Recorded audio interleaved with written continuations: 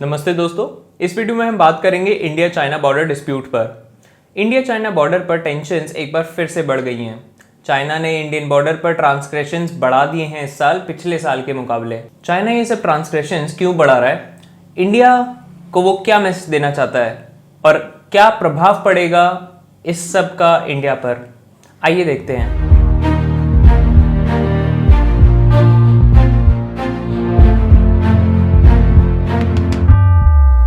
Start करते हैं India China border dispute के एक ब्रीफ इंट्रोडक्शन से। इंडिया चाइना का 3,500 किलोमीटर लंबा बॉर्डर 3 रीजन्स में बांटा गया है। एक है वेस्टर्न सेक्टर जो पड़ता है लद्दाख और जम्मू एंड कश्मीर में, एक है सेंट्रल सेक्टर जो पड़ता है उत्तराखंड और हिमाचल प्रदेश में, और तीसरा है ईस्टर्न सेक्टर जो पड़ता है सिक्किम और अरुणाचल प्रदेश में। इस मैप पे आप जितनी भी रेड जोन्स देख रहे हो ये सारे डिस्प्यूटेड एरियाज हैं। इन सबको चाइना अपना क्लेम करता है।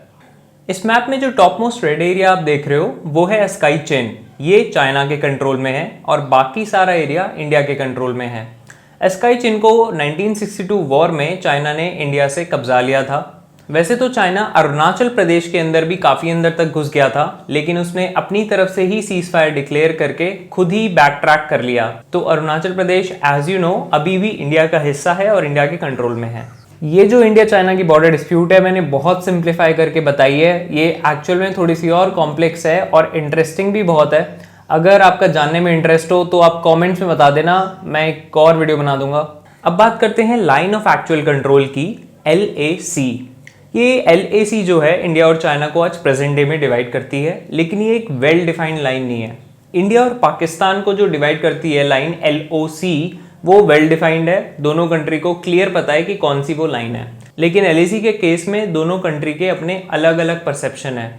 इंडिया कुछ और LAC समझता है, चाइना कुछ और LAC समझता है, और अपने अपने बॉर्डर की समझ के अनुसार दोनों कंट्री की डिफेंस फोर्सेस बॉर्डर को पेट्रोल करती हैं। अब जब बॉर्डर की समझ ही अलग अलग है तो बहुत ज़्यादा चांसेस हैं कि दोनों साइड की फोर्सेस एक दूसरे से मिलेंगी और डिस्प्यूट होंगी। जब एक कंट्री के सोल्जर्स दूसरी कंट्री के सोल्जर्स को अपने बॉर्डर्स में देखते हैं तो वो उन्हें रोकने की कोशिश करते हैं, और यहीं से पैदा होते हैं ट्रांसग्रेशंस या फिर स्टैंड ऑफ या फिर फेस ऑफ। आमतौर पर इंडिया और चाइना के ज़्यादातर बॉर्डर पर स्टैंडर्ड ऑपरेटिंग प्रोसीजर्स बना रखे हैं दोनों साइड ने म्यूचुअली, ऐसे सिचुएशंस को फेस करने के लिए, ताकि ये सिचुएशन ज़्यादा एस्केलेट ना हो। तो ज़्यादातर स्टैंडर्ड ऑपरेटिंग प्रोसीजर ऐसे बने हुए हैं कि अगर आप सामने वाले को सोल्जर्स को देखो तो आप अपना झंडा दिखाओगे कि you are in Indian territory, वो अपना झंडा दिखाएगा कि you are in Chinese territory, और फिर कुछ देर बाद वो नए बैनर निकालते हैं और बोलते हैं कि in order to maintain peace we are going back and expecting you to also do the same. तो दूसरी साइड भी ये बैनर निकाल के वापस चली जाती है। ये होता है डीएस्केलेशन। लेकिन कई बार सिचुएशन बिगड़ जाती है, कई बार हाथापाई हो जाती है, सिचुएशन थोड़ी सी वायलेंट हो जाती है। लेकिन 1967 के बाद इंडियन बॉर्डर पर कभी भी बुलेट्स नहीं चली हैं। तो जो पूरा प्रोसेस है वो मेनली पीस से ही निपट जाता है। एट मैक्स कई बार झड़प हो जाती है तो स्टोन पेल्टिंग या फिर हाथापाई यहाँ तक बात जाकर कंट्रोल हो जाती है। ये जो फेस टू फेस झड़प है इसको भी आप ट्रांसग्रेशन बोल सकते हो, लेकिन ट्रांसग्रेशन और भी कई तरीके से हो सकता है। ट्रांसग्रेशन का मेन मतलब है कि सामने वाला बंदा या फिर एनिमी आपके बॉर्डर में घुस गया है। तो इस बात का पता कई और तरीके से लगाया जाता है। एक हो सकता है कि सर्वेलेंस इक्विपमेंट से आपको पता चले कि एनिमी बॉर्डर में घुस गया है। दूसरा हो सकता है कि कोई लोकल आपको बताए। तीसरा हो सकता है कि आपको पेट्रोल के दौरान कुछ रैपर्स वगैरह मिले बिस्किट स्नैक्स के, और उससे पता चले कि एनिमी यहाँ पर आए थे और यहाँ पर ये सब छोड़ के गए हैं। तो दोस्तों ये जो सारी सिचुएशंस हैं ये सब ट्रांसग्रेशंस में गिनी जाती हैं, और इंडिया चाइना बॉर्डर पर 2019 में ट्रांसग्रेशंस 75% ऐसे बढ़ गए। 2020 के अगर आप पहले 4 महीने देखोगे तो 2019 के पहले 4 महीनों के कंपैरिजन में ट्रांसग्रेशन और ज़्यादा बढ़े हैं। इंडिया चाइना बॉर्डर पर ये ट्रांसग्रेशंस आम बात हो गए हैं, तो ज़्यादातर कोई डरने की सिचुएशन नहीं होती है, क्योंकि दोनों साइड को पता है कि वो अपने अपने बॉर्डर के हिसाब से पेट्रोल कर रहे हैं और स्टैंडर्ड ऑपरेटिंग प्रोसीजर सेट हुए हुए हैं। लेकिन इसमें दिक्कत तब हो जाती है अगर सामने वाली साइड जो है इंफ्रास्ट्रक्चर डेवलप करने की कोशिश करती है डिस्प्यूटेड एरिया में। ऐसा ही हुआ था डोकलाम कॉन्फ्लिक्ट में। आपको याद होगा 2017 में 72 दिन तक स्टैंड ऑफ चला था इंडिया चाइना बॉर्डर पर सिक्किम में। वहाँ पर जो चाइनीज़ हैं वो हैवी इक्विपमेंट और मशीनरी लेके आ गए थे डिस्प्यूटेड एरिया में रोड बनाने के लिए। अब ये सब जो रोड्स और बंकर्स बनाने का सिलसिला होता है, ये सब बहुत कंट्रोवर्शियल होता है, क्योंकि अगर आप ये सब डेवलप कर रहे हो डिस्प्यूटेड एरिया में तो दो चीज़ें हैं। एक तो आपका क्लेम मजबूत हो रहा है उस एरिया में, और दूसरी चीज़ है कि लड़ाई के दौरान आपको आसानी से सामान वगैरह उस एरिया में आपको मिल जाएगा। तो दोनों ही फोर्सेस जो हैं वो सामने वाले को इंफ्रास्ट्रक्चर डेवलप आसानी से नहीं करने देती हैं डिस्प्यूटेड एरिया के पास। अब बात करते हैं रीसेंट ट्रांसग्रेशंस की। एक जो ट्रांसग्रेशन हुआ था वो हुआ था 5 और 6 मई की रात को पैंगोंग सो लेक पर लद्दाख में। यहाँ पर करीब 250 सोल्जर्स इन्वॉल्व थे दोनों साइड कर, और दोनों साइड के सोल्जर्स को इंजरी आई है झड़प में। बाद में सिचुएशन डीएस्केलेट हो गई। इसके बाद 9 मई को फिर से एक ट्रांसग्रेशन हुआ सिक्किम के अंदर नाकुला में, जहाँ पर 150 सोल्जर्स दोनों साइड के इन्वॉल्व थे। दोनों साइड के सोल्जर्स में झड़प हो गई, दोनों साइड के सोल्जर्स को इंजरी आई है, और बाद में सिचुएशन डीएस्केलेट हो गई है। लेकिन जो टेंशन अभी बढ़ रही है वो बढ़ रही है पैंगोंग सो रीजन के अंदर। पैंगोंग सो रीजन में चाइनीज सोल्जर्स अपने टेंट्स और बंकर्स बना के बैठ गए हैं। इस वाले ट्रांसग्रेशन को और थोड़ा डिटेल में समझने की कोशिश करते हैं। पैंगोंग सो वही लेक है जो 3 इडियट्स मूवी में दिखाया गया था। वहाँ पर एक सीन शूट हुआ था, शायद आपने देखा होगा। और उसके अलावा यहाँ पर टूरिज्म भी काफ़ी ज़्यादा पॉपुलर है। ये लेक सर्दियों में जम जाता है और गर्मियों में ब्लू कलर का सूखे पहाड़ों के बीच बड़ा सुंदर दिखता है। लेकिन टूरिस्ट को 8-10 किलोमीटर से आगे जाने की अनुमति नहीं होती है, और इंडिया का कंट्रोल ऑलमोस्ट 45 किलोमीटर्स तक है। इंडिया और चाइना का बॉर्डर इस लेक के थ्रू पास हो रहा है, लेकिन दोनों साइड की क्लैरिटी नहीं है कि कहाँ पर ये बॉर्डर है। तो जो पेट्रोलिंग होती है वो पानी के अंदर भी होती है थ्रू बोट्स, और लेक के दोनों साइड पे भी होती है बाय सोल्जर्स ऑन लैंड। अब इस लेक के अंदर जो बोट्स के थ्रू पेट्रोलिंग होती है उसमें जब दोनों साइड के सोल्जर्स अगर एक दूसरे के सामने आ जाते हैं तो एक बड़ा कूल सा स्टैंडर्ड ऑपरेटिंग प्रोसीजर सेट हुआ है, और बड़ा इंटरेस्टिंग है, इसीलिए मैं आपको बताना चाहता हूँ।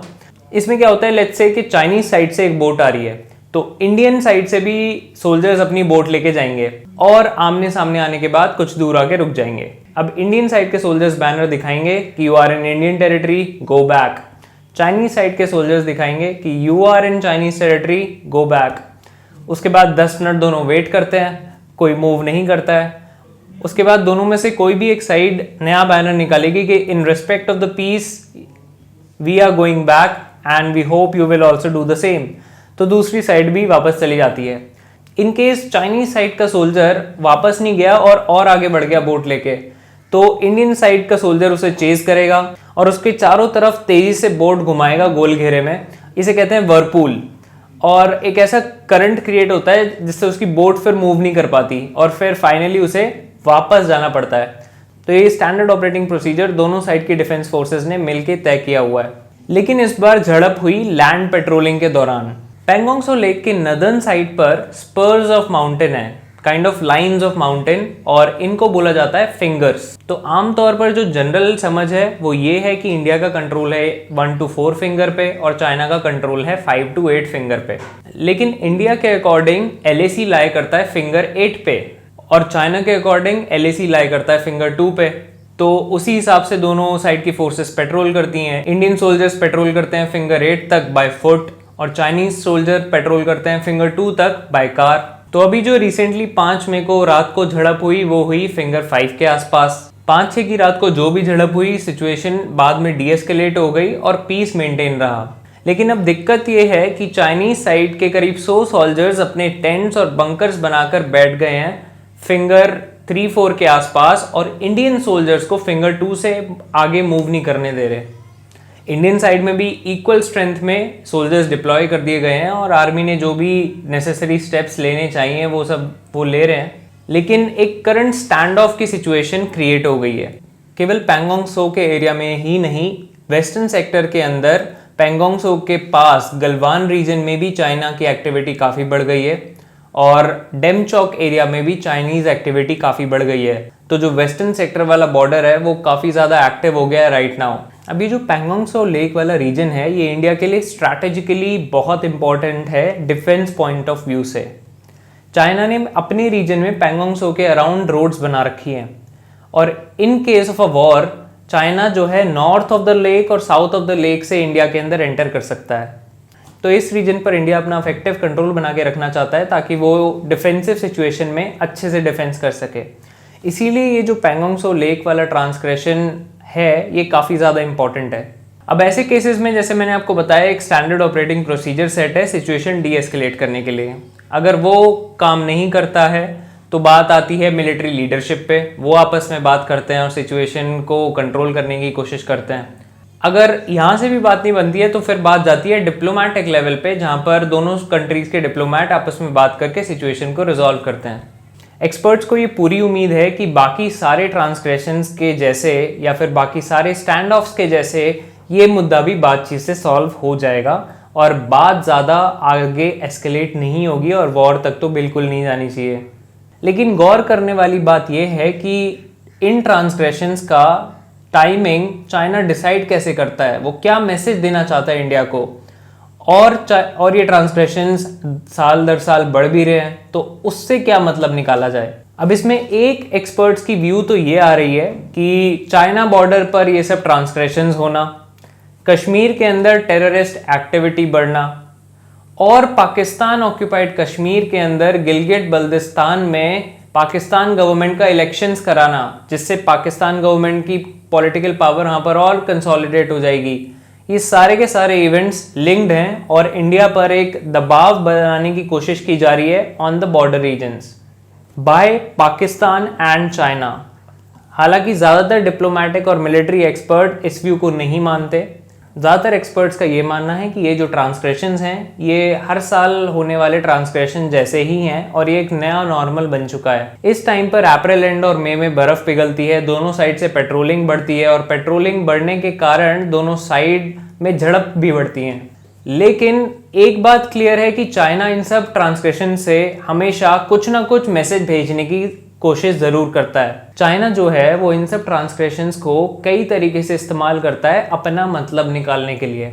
कई बार वो बॉर्डर पर एक्टिव होकर सामने वाली कंट्री पर दबाव बनाता है और यह हो सकता है किसी ट्रेड डील से पहले, ताकि उसके पास एक बड़ी बार्गेनिंग पावर हो सामने वाली कंट्री के रेस्पेक्ट में, या फिर कोई एक इंटरनेशनल लेवल के टॉक्स से पहले जिसके अंदर वो सामने वाली कंट्री से सपोर्ट गेन करने की कोशिश करता है, या फिर चाइना का कोई बड़ा लीडर सामने वाली कंट्री को विजिट कर रहा हो। जैसे शी जिनपिंग 2018 में जब इंडिया में आए थे तो उससे पहले भी एक लंबा स्टैंड ऑफ हुआ था। इससे जो है वो बातचीत के अंदर एक हायर बार्गेनिंग पावर दिखाने की कोशिश करते हैं कि देखो हमारे पास बॉर्डर के अंदर भी तुमसे ज़्यादा पावर है, तो जो टर्म्स हम तुम्हें दे रहे हैं उन्हें एक्सेप्ट कर लो, यही तुम्हारे लिए अच्छा है। अभी ये जो ट्रांसग्रेशंस हो रहे हैं ये केवल चाइना ने इंडिया बॉर्डर पर ही नहीं किए हैं। चाइना जो है साउथ चाइना सी में, जिसे वो ऑलमोस्ट पूरा अपना क्लेम करता है, वहाँ पर भी उसने अपनी एक्टिविटी बढ़ा दी है।